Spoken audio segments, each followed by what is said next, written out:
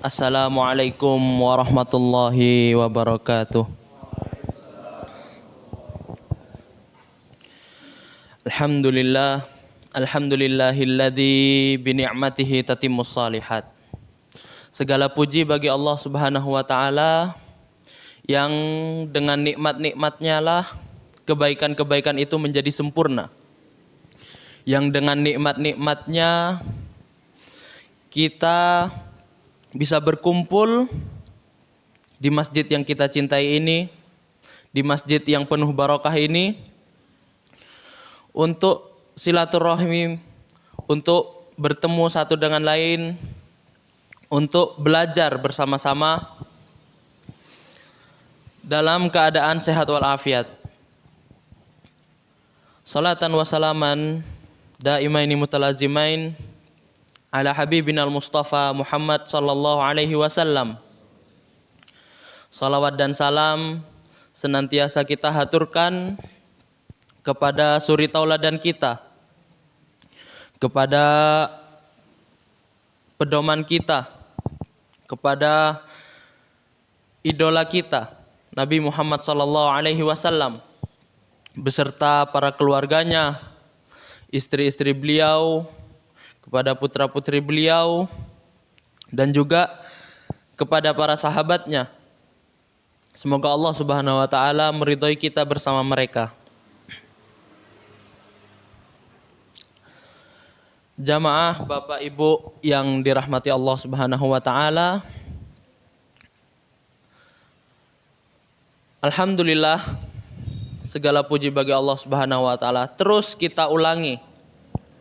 Terus kita ulang-ulang kalimat hamdalah ini. Kalimat yang mungkin sangat ringan untuk diucapkan. Kalimat yang sangat mudah untuk diucapkan, akan tetapi banyak di antara kita itu masih lalai. Padahal kalimat itu mudah. Kalau kita nggak bisa mengucapkannya secara jahar, bisa kita ucapkan di dalam hati. Kalimat alhamdulillah ini adalah bukti syukur kita kepada Allah Subhanahu wa taala atas begitu banyak nikmat yang telah Allah berikan kepada kita. Yang mungkin nikmat itu tidak bisa kita hitung. Mungkin dari bangun tidur tadi sampai jam 7 ini sudah begitu banyak sekali Allah berikan nikmat kepada kita. Akan tetapi banyak dari kita itu nggak sadar bahwa Allah Subhanahu wa taala itu sudah memberikan begitu banyak nikmat, sehingga kita itu lalai untuk bersyukur kepada Allah Subhanahu wa taala. Mulai dari Allah berikan kita nikmat untuk bangun kembali. Allah berikan kita nikmat untuk bisa sahur. Allah berikan kita nikmat untuk bisa melaksanakan sholat subuh. Dan seterusnya, sehingga kita bisa berkumpul juga di sini.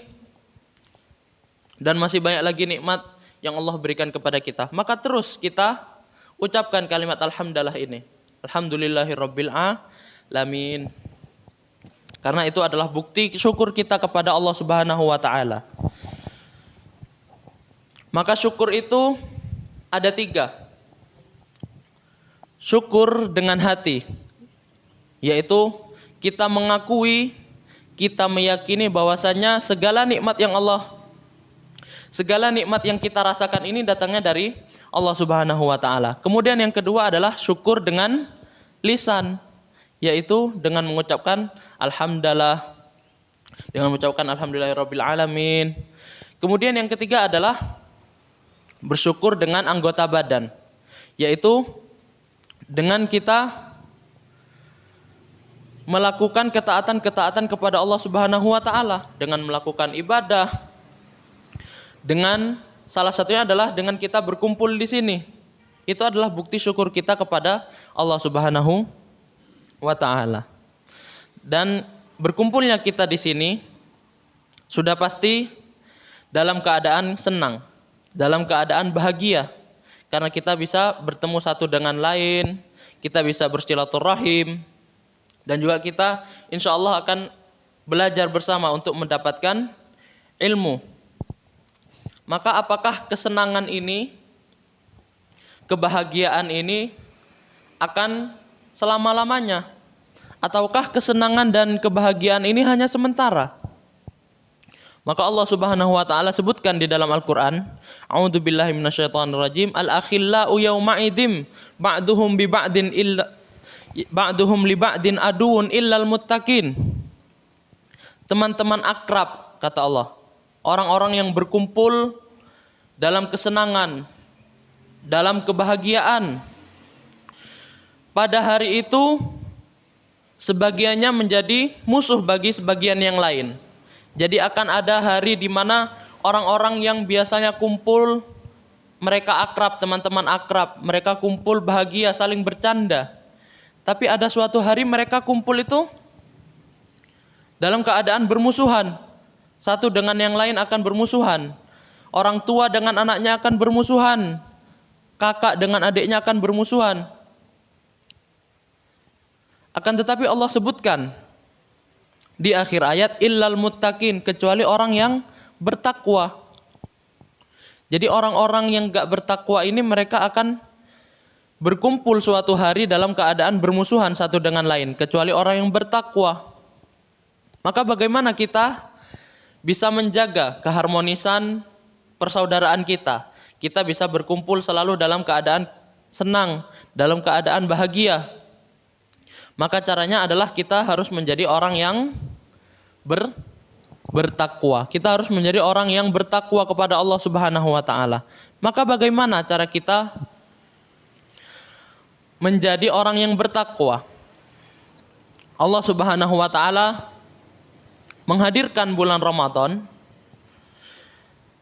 tujuannya adalah untuk menjadikan kita sebagai orang yang bertakwa, sebagaimana ayat disyariatkannya bulan Ramadan, disyariatkannya puasa yang sudah pasti sering kita dengar dan mungkin sebagian kita sudah hafal ayat tersebut.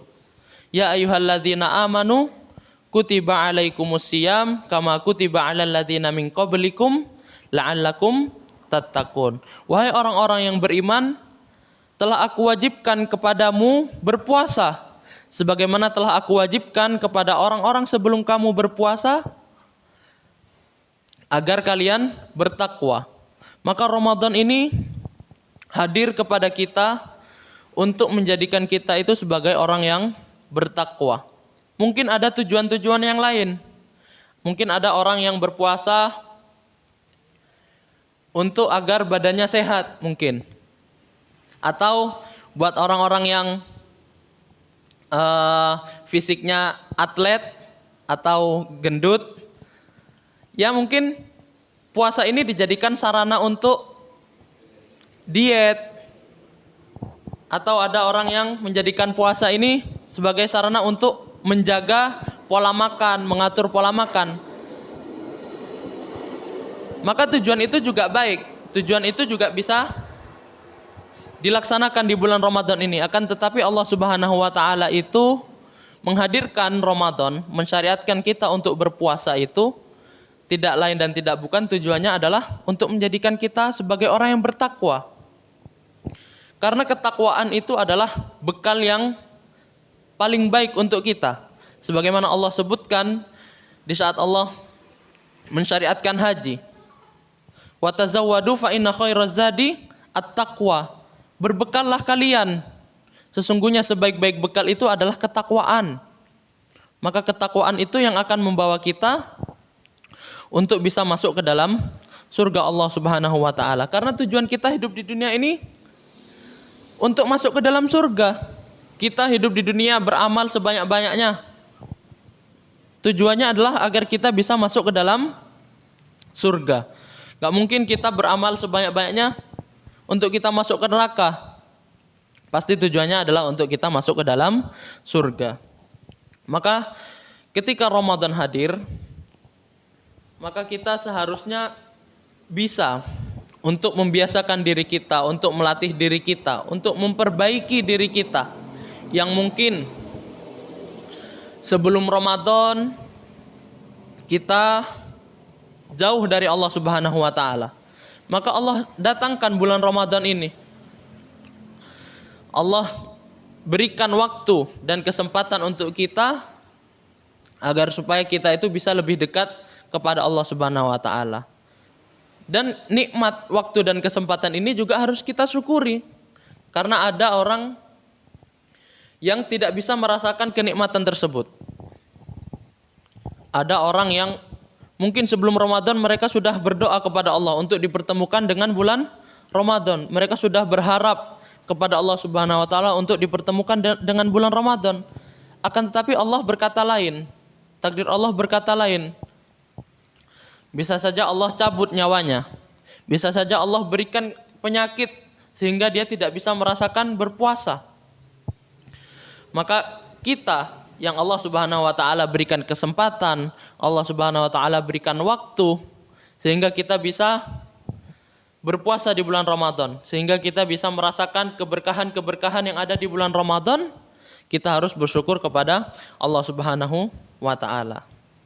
Maka ketika bulan Ramadan masuk ini, ada beberapa hal yang harus kita perhatikan. Yang pertama adalah bahwasanya Allah Subhanahu wa taala itu tidak pernah butuh dengan puasa kita. Allah Subhanahu wa taala itu tidak pernah butuh dengan kebaikan kita, dengan amal soleh kita.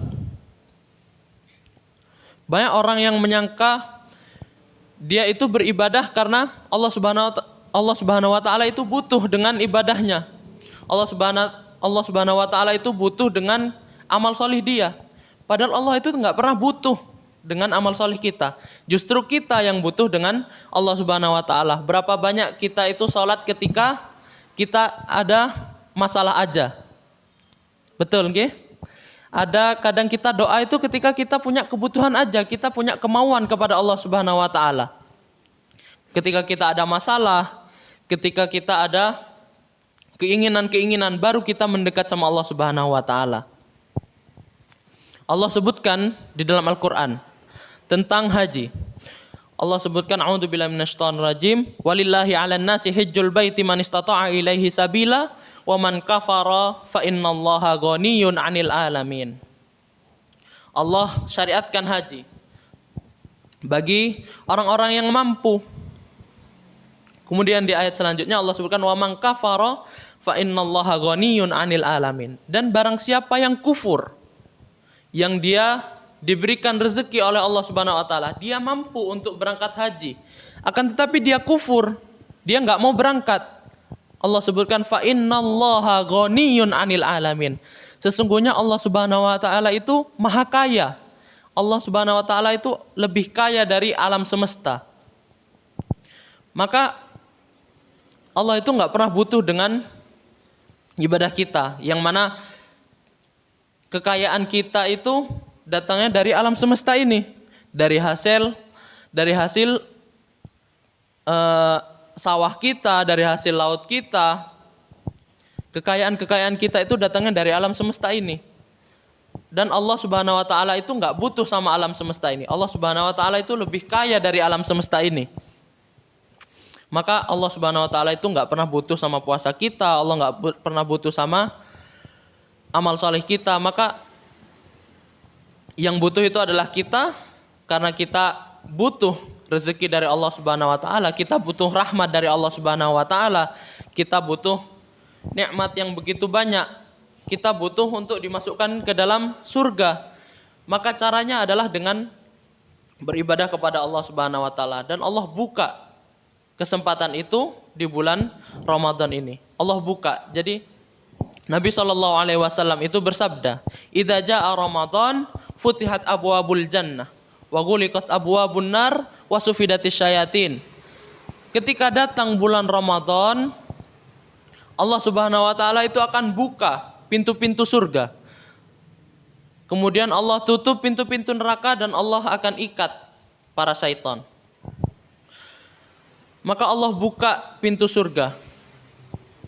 Disebutkan oleh sebagian para ulama, maksudnya di sini memang maksudnya adalah Allah buka pintu surga. Ada maksud lain bahwasanya Allah Subhanahu wa taala itu buka pintu kebaikan sebesar-besarnya. Jadi ketika datang bulan Ramadan itu ada penyeru. Allah Subhanahu wa taala itu memiliki penyeru yang dia berseru, "Ya baghiyal khair, aqbil." Wahai orang yang mencari kebaikan, terima. Ambil ini di bulan Ramadan. Allah buka pintu surga. ambil, ada banyak sekali kebaikan di dalam Ramadan ini. Wa ya baghiyasyarr aksir. Wahai orang-orang yang mencari keburukan, berhenti. Di bulan Ramadan ini berhenti, cukup kalian itu berbuat keburukan. Allah ini lagi buka pintu surga. Allah buka pintu amalan sebesar-besarnya. Yang mana di bulan Ramadan ini semua amalan itu akan dilipat gandakan oleh Allah Subhanahu wa taala. Allah Subhanahu wa taala banyak sekali menghapus nama-nama hambanya di neraka. Allah pada bulan Ramadan ini banyak sekali mengeluarkan hambanya dari neraka. Maka di bulan Ramadan ini perbanyak kita dalam beramal saleh, perbanyak meminta ampunan kepada Allah Subhanahu wa taala. Kemudian perkara yang kedua adalah bahwasanya amalan itu tergantung dengan niatnya. Mungkin ada hadis dari Nabi SAW yang mungkin sebagian kita sudah hafal. Innamal a'malu binniyat. Sesungguhnya amal itu tergantung dengan niatnya. Maka ada orang yang puasa itu karena kebiasaan. Ketika ditanya, kenapa kok kamu puasa? Ya karena udah biasa. Dia niat berpuasa ya karena udah biasa. Ada orang yang puasa itu karena ikut-ikutan. Dia ngelihat orang lain puasa, dia nggak enak kalau orang lain ngelihat dia itu nggak puasa, akhirnya dia ikut puasa. Ada orang yang puasa itu hanya untuk menggugurkan kewajiban. Jadi ketika Ramadan datang dan Ramadan ini diwajibkan kita untuk berpuasa, maka dia berpuasa hanya untuk menggugurkan kewajiban dia sebagai seorang muslim. Maka setiap orang itu akan mendapatkan pahala sesuai dengan niatnya. Yang dikerjakan sama, dia sama-sama menahan lapar, dia sama-sama menahan dahaga, dia harus menjaga hawa nafsunya. Akan tetapi pahala yang didapat itu beda-beda. Ada yang dapat pahala karena dia melakukan secara kebiasaan saja. Ada yang dapat pahala karena dia puasa ikut-ikutan. Ada yang dapat pahala karena dia benar-benar berpuasa karena Allah Subhanahu wa taala. Jadi orang yang berpuasa itu disampaikan oleh Nabi SAW, man shoma ramadhana imanan wahtisaban ghufira lahu ma taqaddama min dzambi. Barang siapa yang dia itu berpuasa imanan wahtisaban, dia itu benar-benar berharap kepada Allah Subhanahu wa taala, dia berharap rahmat Allah, dia berharap keberkahan dari Allah Subhanahu wa taala. Ghufira lahu ma taqaddama min dzambi. Maka Allah Subhanahu wa taala hapuskan dosa-dosanya yang telah lalu. Jadi kalau dia itu niat puasanya benar-benar karena Allah Subhanahu wa taala, dia benar-benar mencari keridhaan Allah Subhanahu wa taala imanan wahtisaban, maka Allah Subhanahu wa taala akan hapus dosanya yang telah lalu. Pahala ini enggak akan didapatkan oleh orang yang puasa karena kebiasaan, orang yang puasa karena ikut-ikutan saja. Ada mungkin, mohon maaf ibu-ibu, ada perempuan yang ketika bulan Ramadan ini dia harus tidak berpuasa karena mungkin halangan. Maka setelah Ramadan dia wajib untuk mengqadha puasanya. Ada orang yang berpuasa ikut-ikutan, jadi dia puasa cuma di bulan Ramadan. Jadi ketika dia seharusnya mengqadha puasanya di luar Ramadan, dia nggak mengqadha. Karena dia puasa di Ramadan itu hanya ikut-ikutan. Dia hanya ikut orang. Dia nggak menyelesaikan hutang dia kepada Allah Subhanahu wa taala. Yang seharusnya dia mengqadha puasanya, akan tetapi dia tidak mengganti puasanya itu di luar bulan Ramadan karena dia ketika puasa di bulan Ramadan ini hanya karena ikut-ikutan orang. Dia ngelihat orang, kalau bahasanya anak-anak sekarang tuh FOMO. Dia ngelihat orang lain puasa, dia pengen puasa. Dia ngelihat orang lain nggak puasa, dia ikut nggak puasa. Jadi maka ketika kita berpuasa, kita harus niatkan imanan wahtisaban. Kita berpuasa itu karena Allah Subhanahu wa taala dan kita benar-benar berharap keridhaan Allah Subhanahu wa taala. Maka ketika kita ingin untuk puasa kita itu benar-benar berharap kepada Allah Subhanahu wa taala, maka kita lihat, maka kita pelajari bagaimana Rasul sallallahu alaihi wasallam itu berpuasa. Karena orang yang amalannya paling sempurna itu adalah Rasul sallallahu alaihi wasallam. Bagaimana Rasul sallallahu alaihi wasallam itu berpuasa? Bagaimana Rasul sallallahu alaihi wasallam itu menjalani hari-harinya ketika berpuasa?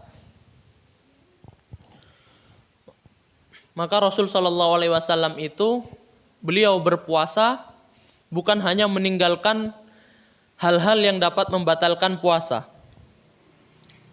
Jadi apa pembatal-pembatal puasa itu? Ya kita nggak boleh makan, kita nggak boleh minum, kita nggak boleh melakukan hubungan suami istri atau muntah secara sengaja dan selainnya dari pembatal-pembatal puasa. Rasul bukan hanya meninggalkan itu saja. Maka makan, minum, hubungan suami istri atau muntah itu bukan sesuatu yang dilarang oleh Allah Subhanahu wa taala. Makan, misalnya makan nasi padang di siang hari di luar bulan Ramadan, halal atau haram? Halal. Minum es campur di siang hari di luar bulan Ramadan, halal atau haram? Halal, seger ya Ustaz ya. Maka Rasul sallallahu alaihi wasallam itu bukan hanya meninggalkan sesuatu yang halal yang akan tetapi Allah haramkan ketika bulan Ramadan. Yang ketika kita lakukan hal tersebut akan membatalkan puasa kita. Akan tetapi Rasul sallallahu alaihi wasallam itu meninggalkan perkara-perkara yang dapat mengurangi nilai puasa kita, yaitu keharaman-keharaman. Banyak orang yang puasa itu hanya meninggalkan makan. Dia hanya meninggalkan minum. Dia nggak melakukan hubungan suami istri. Dia meninggalkan pembatal-pembatal puasa. Yang mana pembatal puasa ini kebanyakan adalah sesuatu yang halal. Tapi mereka tetap melakukan sesuatu yang haram. Maka Nabi SAW bersabda, "Rubba sha'imin laisa lahu min siyamihi illal ju' wal atos." Banyak sekali orang yang berpuasa. Nabi SAW kuatkan, ada banyak orang-orang yang berpuasa itu dia tidak mendapatkan sesuatu pun dalam puasanya itu kecuali lapar dan dahaga saja. Dia nggak dapat pahala sama sekali. Dia cuma dapat lapar, dia cuma dapat haus saja. Dia nggak dapat pahala dari puasanya. Kenapa? Karena dia nggak bisa menahan dirinya dari melakukan sesuatu yang haram. Yang mana keharaman tersebut mungkin tidak membatalkan puasa. Keharaman tersebut tidak membatalkan puasa kita. Akan tetapi keharaman tersebut mengurangi nilai puasa kita, bahkan kita bisa saja tidak mendapatkan apapun dalam puasa kita ketika kita melakukan keharaman tersebut. Apa contohnya? Yang paling mudah, ghibah, gosip, mencela, mengadu domba, iri, terus suudzon sama orang. Dan masih banyak lagi keharaman-keharaman yang banyak di antara kita itu nggak sadar bahwasanya hal yang kita lakukan itu adalah sebuah keharaman. Biasanya mungkin, tapi semoga jamaah Masjid Darussunnah ini tidak akan melakukan hal-hal tersebut. Ada orang-orang itu yang baru sahur, baru subuh, sholat jamaah di masjid, habis subuh ngerumpi udah. Habis sholat subuh bukannya ngaji, bukannya dengerin kajian, bukannya hataman, dia malah kumpul gosip, bahas berita-berita, gosip, berita-berita, isu-isu yang panas mungkin di kampungnya, di desanya.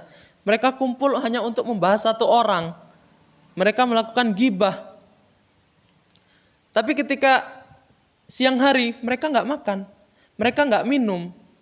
Tapi mereka nggak sadar bahwasanya puasa mereka itu sudah berkurang nilainya. Yang harusnya mungkin dia mendapatkan 100 nilai puasanya.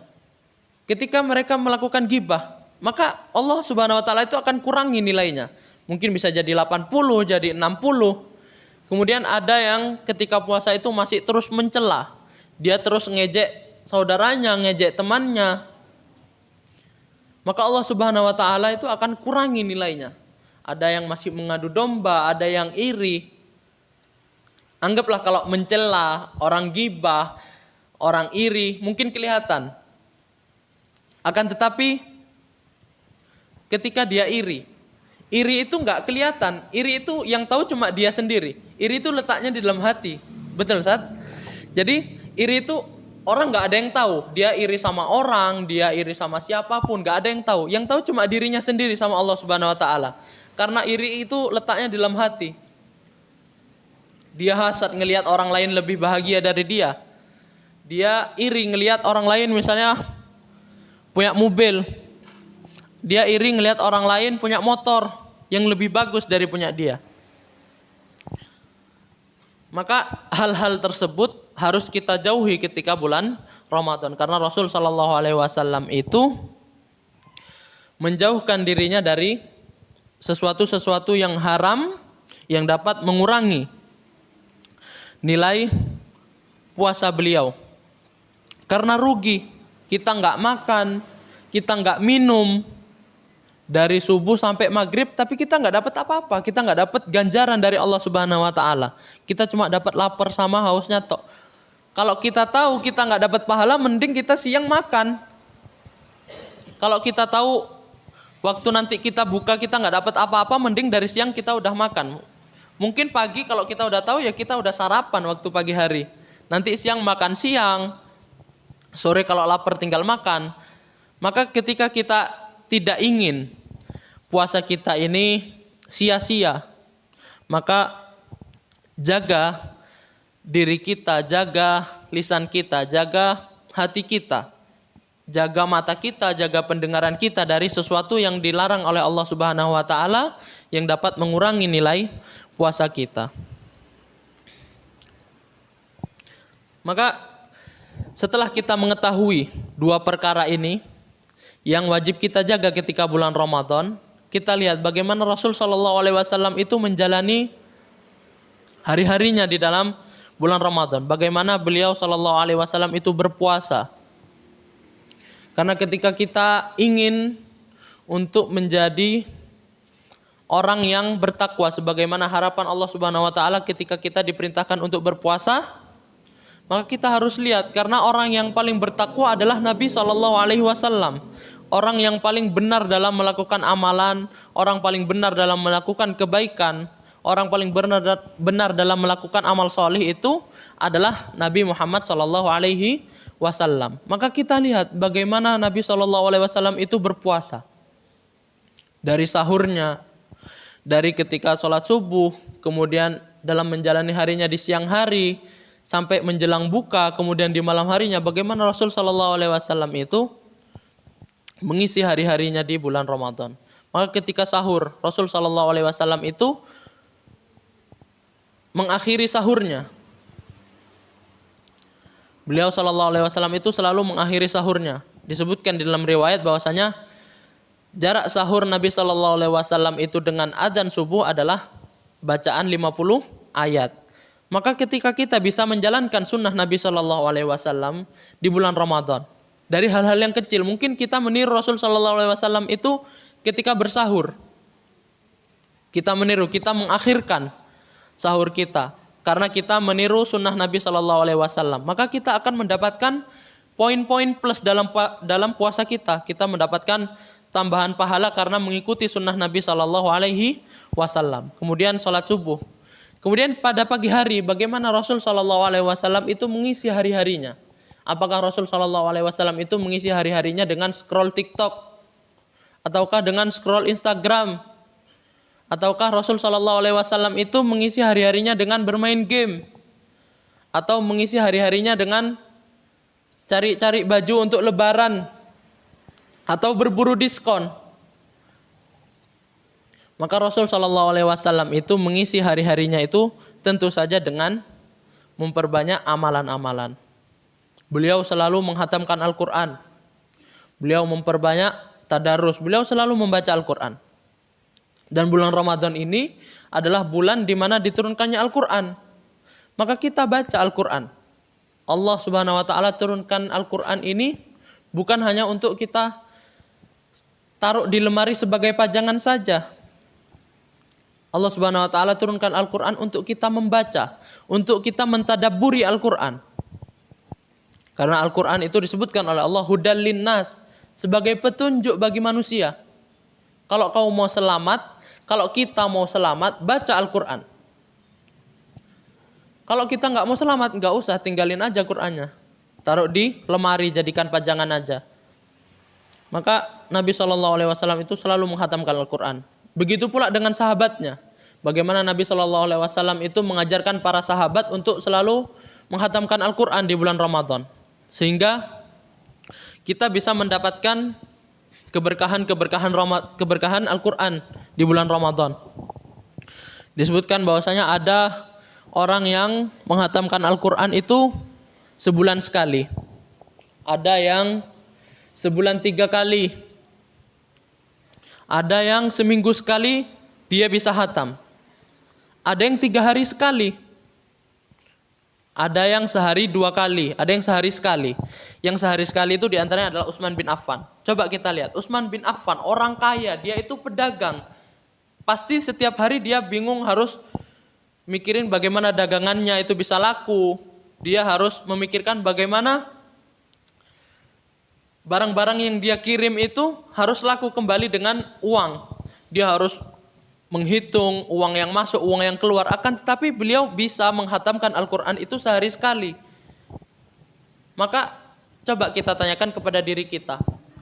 Apakah kita bisa membaca Al-Quran itu di dalam 1 hari itu lebih banyak dari yang bisa kita lakukan di luar bulan Ramadan? Ada sebutan biasanya one day one juz. Betul nggih? One day one juz. 1 hari 1 juz. Seharusnya lumayan, betul lumayan ya Bu. Tapi seharusnya sebutan one day one juz itu kita lakukan di luar bulan Ramadan. Kalau one day one juz berarti anggap kita baca setiap setelah sholat. 1 juz itu 10 lembar.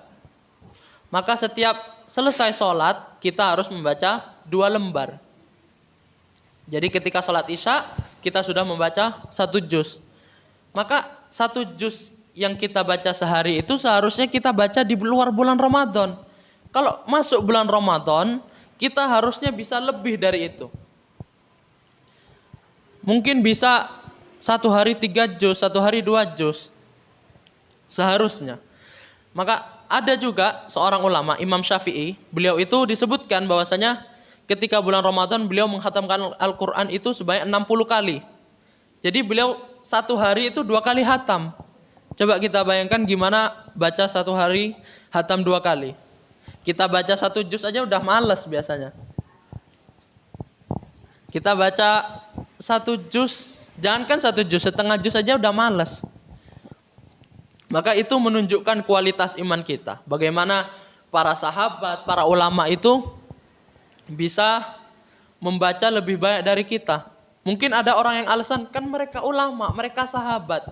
Ya pasti beda sama kita. Apa bedanya sih kita sama ulama? Apa bedanya kita sama sahabat? Apa bedanya kita sama Nabi? Kita itu sama-sama manusia. Nabi SAW itu bisa meninggal. Rasul SAW itu bisa sakit.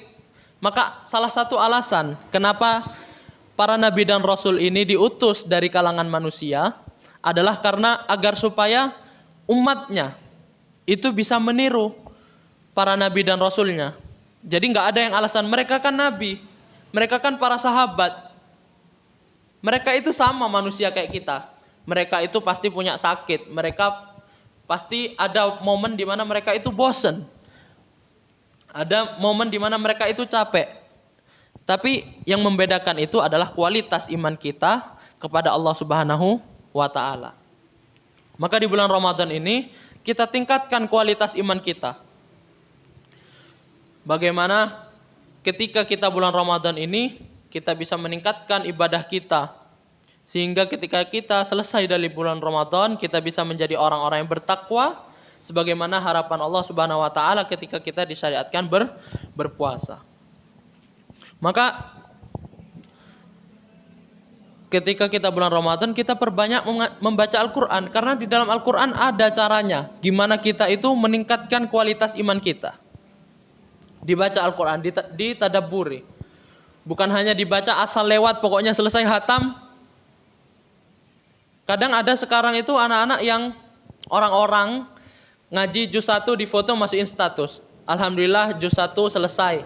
Nanti juz 2 di foto lagi. Alhamdulillah juz 2 selesai.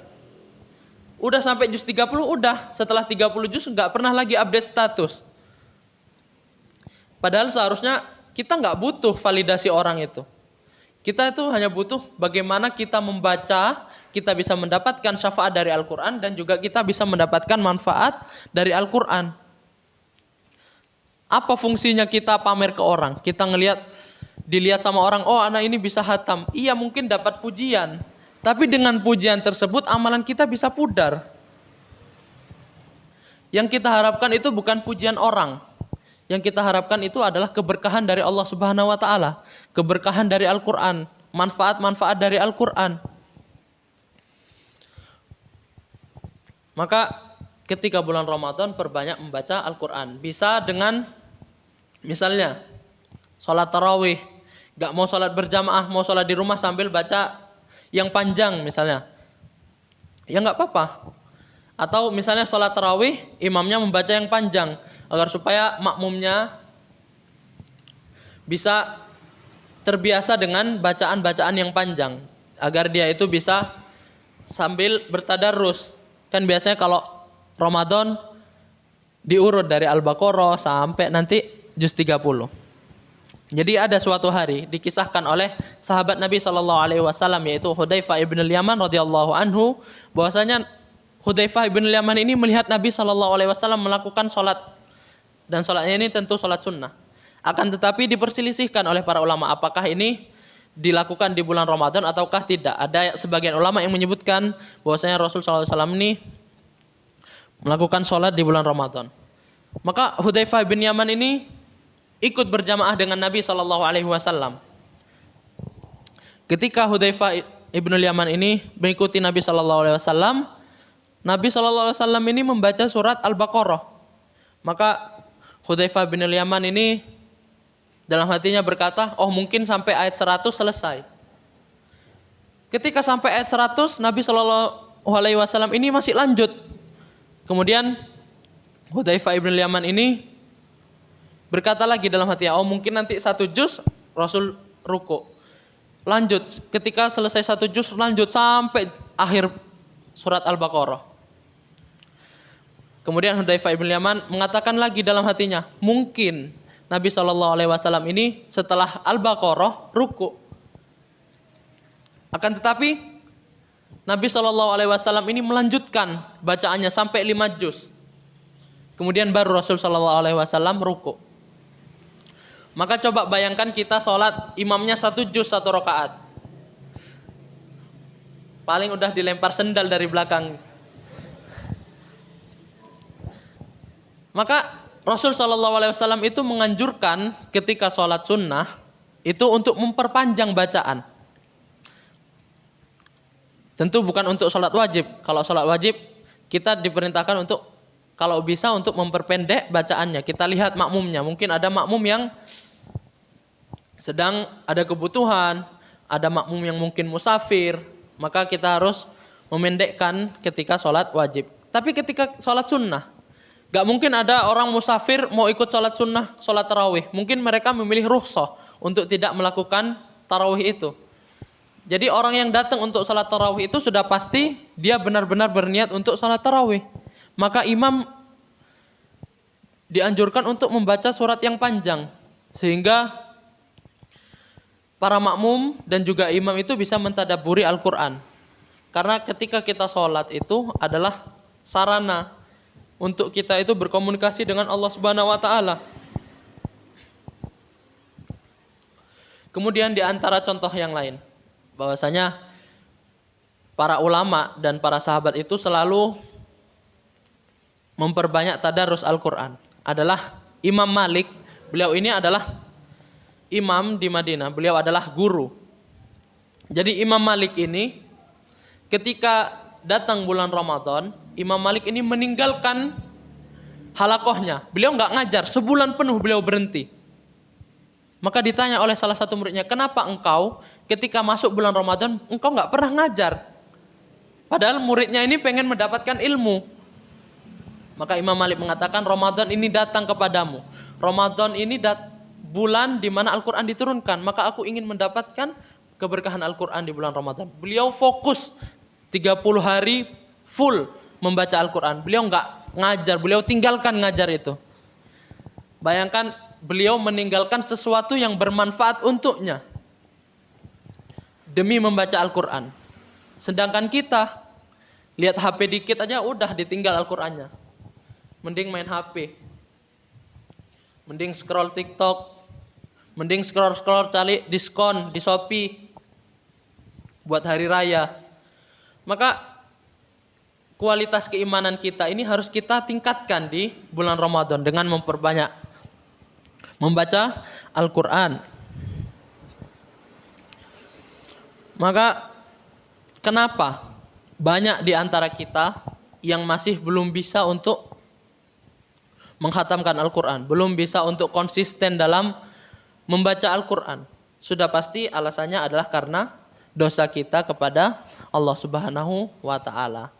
Karena dosa itu akan menghalangi kita untuk melakukan kebaikan. Dosa itu akan menjauhkan kita dari kebaikan. Jadi pernah suatu saat Imam Syafi'i ini imam yang sangat kuat hafalannya. Dikatakan bahwasanya ketika beliau membaca sebuah tulisan, beliau langsung hafal. Sampai dikatakan beliau itu ketika menghafalkan Al-Quran, beliau menutup satu halaman yang lain. Jadi beliau mau baca halaman yang kanan, beliau tutup halaman yang kiri. Karena ketika beliau melihat aja, beliau itu langsung hafal. Jadi beliau tutup, beliau ingin benar-benar memahami apa isi ayat yang ada di halaman yang kanan ini. Jadi beliau itu pernah mengadu kepada gurunya. Disebutkan di dalam sebuah syair, syakautu ila waqi'in an su'i hafdi.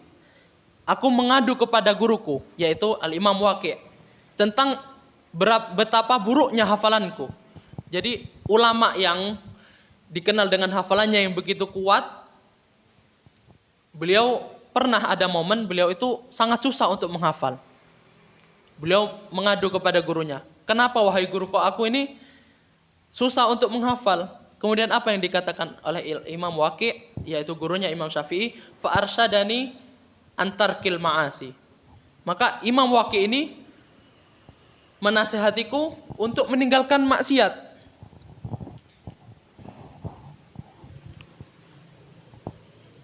Maka Imam Waqi' menasihatkan Imam Syafi'i untuk meninggalkan maksiat, meninggalkan kemaksiatan, meninggalkan dosa-dosa kepada Allah Subhanahu wa Ta'ala. Kemudian dilanjutkan, fa innal ilma nurun, sesungguhnya ilmu itu cahaya, dan cahaya itu tidak akan didapatkan oleh orang yang bermaksiat, kata Al-Imam Waqi'. Maka ilmu itu bisa saja Al-Qur'an, bisa saja apapun ilmu tentang syariat. Itu tidak akan didapatkan ketika kita memiliki dosa kepada Allah Subhanahu wa Ta'ala. Ketika ada dosa di dalam diri kita, maka dosa ini akan menjauhkan kita dari kebaikan-kebaikan. Dosa ini akan menghalangi kita untuk melakukan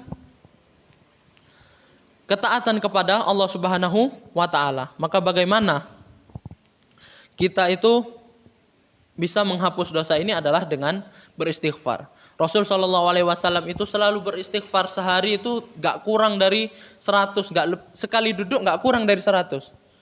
Maka ini adalah Rasul yang dosanya yang lalu, yang akan datang itu sudah dihapuskan oleh Allah Subhanahu wa Ta'ala. Maka Aisyah itu pernah berkata kepada Rasul. Aisyah bertanya kepada Rasul, wahai Rasul, kenapa engkau masih banyak beristighfar, engkau masih banyak melakukan amal soleh, engkau sholat sunnah, sholat malam itu sampai kakimu bengkak. Kenapa? Padahal engkau itu dosamu udah dihapus sama Allah, yang lalu sama yang akan datang. Jadi Nabi SAW itu dosanya yang akan datang itu sudah dihapuskan. Maka Rasul SAW itu berkata kepada Aisyah, afala akunu abdan syakura, tidaklah aku boleh menjadi orang hambanya yang bersyukur. Apakah aku nggak boleh untuk menjadi hamba Allah yang bersyukur, wahai Aisyah? Jadi Rasul SAW ini terus beristighfar, terus meminta ampun kepada Allah Subhanahu Wa Taala. Padahal dosanya sudah dihapus. Bagaimana dengan kita yang kita nggak tahu dosa kita itu sudah dihapus sama Allah Subhanahu Wa Taala apa belum? Karena setiap hamba, setiap ibnu Adam, setiap keturunan Adam alaihissalam itu pasti berdosa. Kullu bani Adam khata', kata Nabi SAW. Semua keturunan Adam itu pasti banyak melakukan dosa. Wa khairul khata'in at-tawwabun. Dan sebaik-baik orang yang melakukan dosa adalah dia yang bertaubat. Maka kita bertaubat dengan istighfar. Maka kita harus memperbanyak istighfar. Misalnya kita nggak bisa ngaji. Mungkin kalau kita ngaji capek, boleh. Misalnya kita nggak bisa ngaji terlalu banyak sehari, maka kita isi hari-hari kita itu dengan istighfar. Apa susahnya istighfar? Nggak bisa dengan diucapkan, nggak bisa astagfirullah wa atubu ilaih, astagfirullahaladzim, nggak bisa. Maka kita ucapkan di dalam hati. Maka zikir-zikir ini sangat mudah, terutama untuk kalangan perempuan. Mohon maaf ibu ya. Jadi Nabi SAW itu pernah suatu hari datang ke sof para sahabiah, sofnya para perempuan. Kemudian Nabi SAW ini berkata kepada para sahabiah, kepada jamaah perempuan, ya ma'syaran nisa, wahai kalangan perempuan, tasaddaqna wa aktsirnal istighfar. Bersedekahlah kalian dan perbanyak istighfar. Kemudian para sahabiah ini bertanya, walima ya Rasulullah, kenapa wahai Rasul SAW? Kenapa kok kita itu disuruh banyak bersedekah dan disuruh banyak beristighfar? Ada yang tahu ibu-ibu? Perempuan banyak dosanya. Kata Rasul, fa inni ra'aitukunna aktsar ahlin nar. Aku melihat kalian itu banyak sekali di neraka. Ada yang tahu nggak ibu-ibu, kenapa kok perempuan ini banyak di neraka? Para sahabiah juga bingung, kenapa Rasul kok lebih banyak kami perempuan daripada laki-laki? Padahal laki-laki itu lebih mudah untuk melakukan maksiat. Dia bisa keluar untuk, misalnya bisa bermaksiat di luar lebih mudah daripada perempuan yang biasanya dikurung di rumah. Ada yang tahu? Maka Rasul bisa banyak cakap. Maka ketika sahabiah itu bertanya, walima ya Rasulullah, kenapa?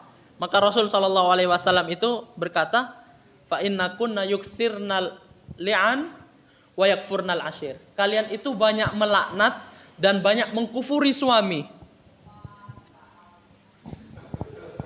Betul nggak bapak-bapak? Kalau validasinya ini tanya ke bapak-bapaknya.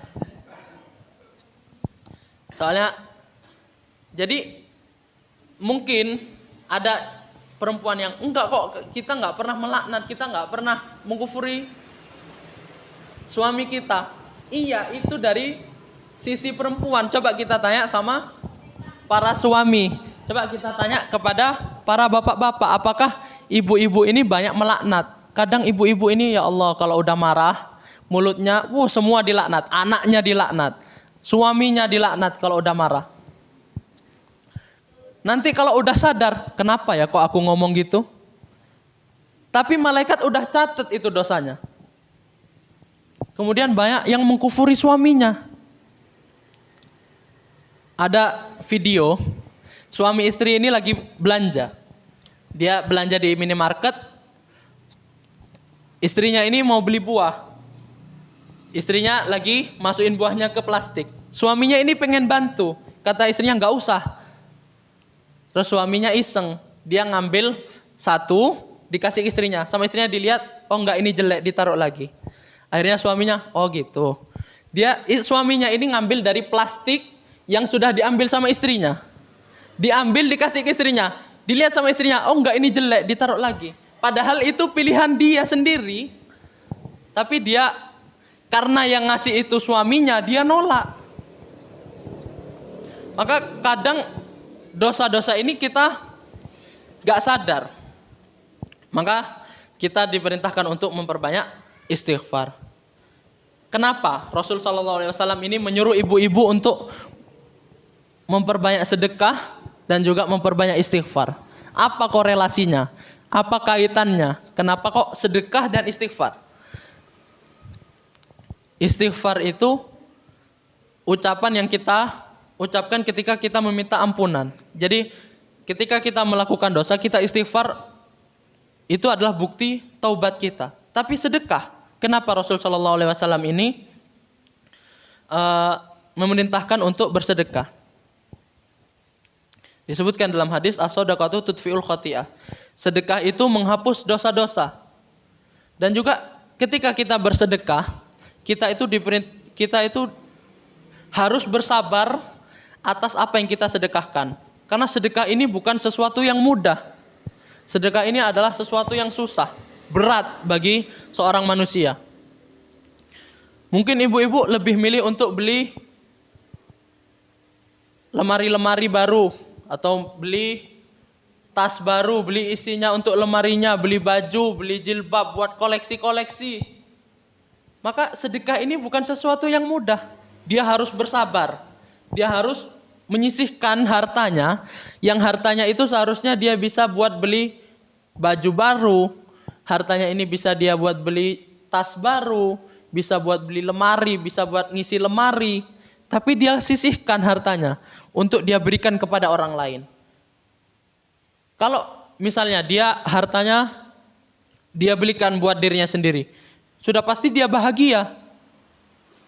Karena dia mendapatkan kesenangan. Tapi ketika dia itu memberi kepada orang lain, yang dapat kesenangan siapa? Orang lain. Dia nggak dapat kesenangannya, dia dapat susahnya. Ada orang yang habis sedekah dia mikir, duh ngapain tak sedekahin ya? Mending tak buat aku aja beli sendiri. Jadi sedekah ini bukan sesuatu yang mudah. Atau mungkin ada orang yang sedekah, tapi ketika dia sedekah dia nggak bisa ikhlas. Jadi ketika kita bersedekah, kita itu harus sabar dan juga kita harus ikhlas. Maka ketika bulan Ramadan, Nabi SAW itu banyak bersedekah di bulan Ramadan. Disebutkan oleh Ibnu Abbas radhiyallahu anhuma, kana ajwadun nas, karena Rasulullah SAW ajwadun nas. Sesungguhnya Rasul SAW ini adalah orang paling dermawan. Wa ajwadu ma yakunu fi Ramadan. Dan Rasul SAW itu lebih dermawan lagi ketika bulan Ramadan. Maka di bulan Ramadan ini kita diperintahkan untuk memperbanyak bersedekah. Karena ketika kita bersedekah, kita dapat meningkatkan kualitas iman kita. Karena kita harus bersabar, menyisihkan sebagian uang kita. Yang mungkin, yang sudah pasti harta itu dihasilkan dari jerih payah kita. Kita susah-susah kerja tapi kita disuruh sedekah. Sudah pasti berat. Tidak banyak orang yang bisa melakukan sedekah. Dia punya harta. Dia punya uang banyak sekali. Tapi dia nggak bisa sedekah. Karena dia pengen kesenangan harta itu datang kepada dirinya sendiri. Nggak pengen orang lain senang dengan hartanya dia. Nggak pengen ngelihat orang lain senang karena dia ngasih uangnya. Dia hanya ingin dirinya senang dengan jerih payahnya. Maka Rasul SAW memerintahkan kita untuk selalu bersedekah. Gak perlu sedekah yang mahal-mahal. Gak perlu sedekah yang banyak. Misalnya gak perlu sedekah 1 juta, 2 juta. Sedekah yang kita mampu. Asalkan kita ikhlas. Ada orang yang hartanya 100 juta misalnya. Gaji tiap bulannya 100 juta. Tapi ketika datang sedekah, dia hanya sedekah 1 juta. Ada orang gajinya sebulan 1 juta, dia kasih 1 juta itu. Jadi Allah akan lihat orang ini yang punya uang banyak, dia kasih 1 juta, benar nominal yang disedekahkan itu sama. Tapi apakah sama di hadapan Allah Subhanahu wa taala? Tentu saja beda. Dia punya harta lebih banyak dari 1 juta, tapi dia hanya bersedekah 1 juta. Ada yang hartanya pas 1 juta. Mungkin dia sudah memenuhi kebutuhan untuk harinya, tapi sisa 1 juta yang mungkin bisa dia tabung. Yang kalau kata orang itu menabung pangkal kaya.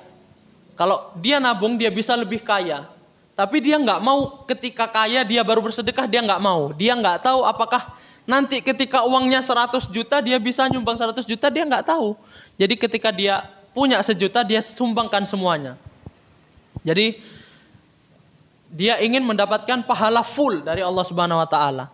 Karena dia menyumbangkan sesuatu yang terbaik dari apa yang dia punya. Beda sama orang yang 100 juta, itu bukan sesuatu yang terbaik dari yang dia punya. Cuma 1 juta, dia masih punya uang 99 juta. Maka di bulan Ramadan ini perbanyak sedekah. Maka Masjid Darussunnah ini lagi membuka donasi untuk kanopi di kanan dan di kiri. Maka ini adalah ajang kita, waktu kita untuk bersedekah. Waktu kita untuk meningkatkan kualitas iman kita. Kalau bisa jangan cuma kanan kiri, langsung diperluas masjidnya. Jadi Bapak Ibu ya berdonasi sebanyak mungkin dari apa yang kita punya, yang terbaik dari apa yang kita miliki, kita besarkan masjid ini. Karena orang yang dia itu membangun masjid, apakah masang kanopi dia berdonasi untuk masang kanopi? Enggak dibilang membangun masjid, dia dibilang membangun masjid. Dia menyumbang untuk kemakmuran masjid ini. Orang yang dia itu bersedekah untuk membangun masjid, dia akan dibangunkan istana oleh Allah Subhanahu wa taala di surga. Kalau dia pasang kanopi, dia perluas masjid ini, tentu yang mendapatkan manfaat dari masjid ini akan bisa lebih banyak lagi. Ada orang misalnya lagi musafir, dia datang ke sini, ngelihat masjidnya nyaman, dia tumakninah sholat di sini, dia senang ketika dia sholat di sini. Maka orang-orang yang menyumbang, dia orang-orang yang bersedekah untuk memakmurkan masjid ini, dia akan selalu mendapatkan pahala tersebut. Karena ketika kita mati nanti, maka amalan kita semua itu terputus kecuali 3 hal. Salah satunya adalah sedekah jariyah, sedekah yang sebutannya mungkin investasi kita, investasi akhirat. Jadi kalau bisa ya sekalian diluaskan masjidnya, sehingga masjid ini bisa lebih banyak menampung kemanfaatan untuk orang lain. Toh nanti manfaatnya juga datang kepada kita. Kita bisa sholat lebih tumaknina, lebih nyaman, dan juga kita bisa mendapatkan pahala jariyah. Jadi ketika kita nanti mati, kita punya uang 100 juta, mati, ditinggal uangnya. Apakah nanti dikubur ditanya, mana uangmu yang 100 juta? Enggak ditanya. 100 juta itu dikasih ke anak-anak kita. 100 juta itu enggak kita bawa, enggak kita kubur sama kita di kuburan, enggak. Uang 100 juta itu dikasih ke orang, ke anak kita, bisa buat bayar utang. Jadi uang 100 juta kalau bisa dikasih ke masjid ini, itu yang kita bawa nanti ke kuburan. Kalau itu benar-benar bisa kita bawa ke dalam kuburan. Jadi ada suatu kisah sahabat Nabi SAW, yaitu Sa'ad bin Ubadah radhiyallahu anhu. Beliau ini orang yang sangat kaya. Beliau itu disebutkan bahwasanya setengah kebun kurma yang ada di Madinah itu punya beliau. Jadi setiap hari lumbungnya itu selalu penuh. Jadi beliau setiap hari itu membuka lumbungnya, lumbung isi kurmanya itu disedekahkan kepada orang. Jadi orang-orang miskin yang dia nggak punya harta, nggak punya makan, disuruh ngambil ke lumbungnya Sa'ad bin Ubadah. Dia katakan kepada anaknya, wahai anakku, isi yang ada di lumbung itu punya Allah, bukan punyamu, bukan punya bapakmu, itu punya Allah. Sedekahkan semua. Kamu jangan pernah takut sama hilangnya hartamu. Maka itu selalu dinasihatkan kepada anaknya. Setiap hari beliau bersedekah. Apakah habis? Enggak. Jadi pagi hari beliau buka lumbungnya, beliau sedekah sama orang lain. Ketika malam hari, lumbung itu penuh lagi. Lumbung itu gak pernah kosong, setiap hari terus menerus. Kemudian ada suatu hari di mana Sa'ad bin Ubadah ini bertanya kepada anaknya, wahai anakku, apa sedekah yang belum pernah kita lakukan? Kita udah pernah ngasih makan orang, kita udah pernah ngasih kendaraan buat orang, kita udah pernah ngasih peralatan perang. Apa yang belum pernah kita lakukan? Kita belum pernah memaafkan orang, kata anaknya. Oh iya benar juga. Jadi Ketika anaknya bilang begitu, maka Sa'ad bin Ubadah memberikan pengumuman kepada orang-orang Madinah. Barang siapa yang mau berhutang datang kepadaku. Dia memerintahkan kepada anaknya untuk berseru bahwasanya kalau kalian mau berutang datang ke aku. Aku punya harta untuk kalian utangi. Datang orang-orang muslim yang membutuhkan. Mereka berhutang kepada Sa'ad bin Ubadah. Mereka berhutang dicatat sama anaknya. Kemudian Sa'ad bin Ubadah berkata kepada anaknya, apa yang keluar sekarang yang kita hutangi untuk orang lain kita maafkan. Kita lunaskan. Jadi ketika nanti orang datang membayar utangnya, katakan ikhlaskan saja. Kita sudah ikhlas, ambil. Itu hartamu dari Allah Subhanahu wa taala. Dia enggak pernah bilang, oh ini dari Sa'ad bin Ubadah, enggak pernah. Dia bilang ini dari Allah Subhanahu wa taala. Karena rezeki itu bisa saja datang dari orang lain. Itu bukan dari orang lain, itu dari Allah Subhanahu wa taala. Rezekinya itu dari Allah Subhanahu wa taala. Maka dengan memperbanyak sedekah, maka akan banyak pula yang datang. Mungkin kenapa di antara kita itu jarang yang bersedekah, mungkin ya karena ketika kita bersedekah, ketika kita hitung harta kita pasti berkurang. Padahal Allah Subhanahu wa taala itu sebutkan dalam ayat, "Matsalul ladzina yunfikuna amwalahum fi sabilillahi kamatsali habbatin ambatat sab'a sanabil fi kulli sumbulatin mi'atu habbah. Wallahu yudha'ifu liman yasha." Bahwa barang siapa, Allah sebutkan matsalul. Allah itu memisalkan orang yang bersedekah itu, satu harta yang disedekahkan itu sama seperti satu biji. Yang mana biji itu ketika ditanam akan tumbuh 7 tangkai. Yang mana setiap tangkainya itu akan tumbuh 100 biji. Jadi anggapannya, satu harta yang kita sedekahkan akan digantikan 700 kali lipat. Bahkan bisa lebih.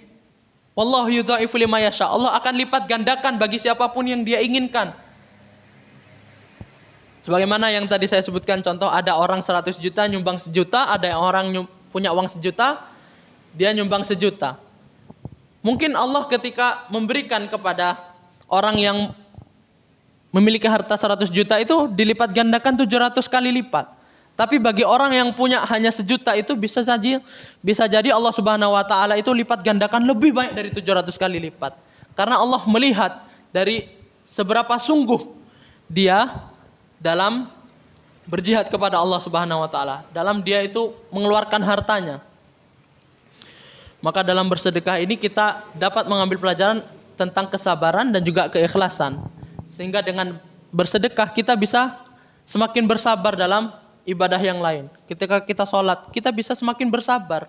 Ketika kita sholat, kita bisa semakin ikhlas dalam sholat kepada Allah Subhanahu wa taala. Maka di bulan Ramadan ini, mari kita terus meningkatkan kualitas diri kita dengan melakukan amalan-amalan yang sudah dicontohkan dan juga disyariatkan oleh Allah Subhanahu wa taala dan dicontohkan oleh Nabi kita Muhammad sallallahu alaihi wasallam. Sehingga ketika kita keluar dari bulan Ramadan, kita bisa menjadi orang yang lebih baik. Kita bisa menjadi pribadi yang lebih taat kepada Allah Subhanahu wa taala. Dikatakan oleh ulama salaf bahwasanya ketika nanti hari Id, ulama salaf berkata, bukanlah orang yang berhari raya itu dengan orang yang memakai pakaian yang bagus. Akan tetapi orang yang berhari raya itu dia yang memiliki hati yang lebih bagus. Maka di bulan Ramadan ini ketika kita selesai nanti, ketika kita berhari raya, kita lihat apakah kita menjadi orang yang memiliki pakaian yang bagus ataukah kita menjadi orang yang memiliki pribadi yang lebih bagus. Semoga Allah Subhanahu wa taala memberikan kita keistiqomahan untuk selalu melakukan ketaatan-ketaatan kepada Allah Subhanahu wa taala, dan semoga Allah Subhanahu wa taala mengampuni segala dosa dan kesalahan kita, khilaf kita, dan semoga Allah Subhanahu wa taala menerima semua amalan kita di bulan Ramadan. Puasa kita, salat malam kita, sedekah kita, baca Al-Qur'an kita, istighfar kita, Dan semoga Allah Subhanahu wa taala menjadikan kita orang-orang yang berpuasa imanan wahtisaban, dan menjadikan kita orang-orang yang qiyamul lail imanan wahtisaban, dan menjadikan kita sebagai orang-orang yang bertakwa. Aku qauli hadza wa astaghfirullahal adzim li wa lakum. Wassalamualaikum warahmatullahi wabarakatuh.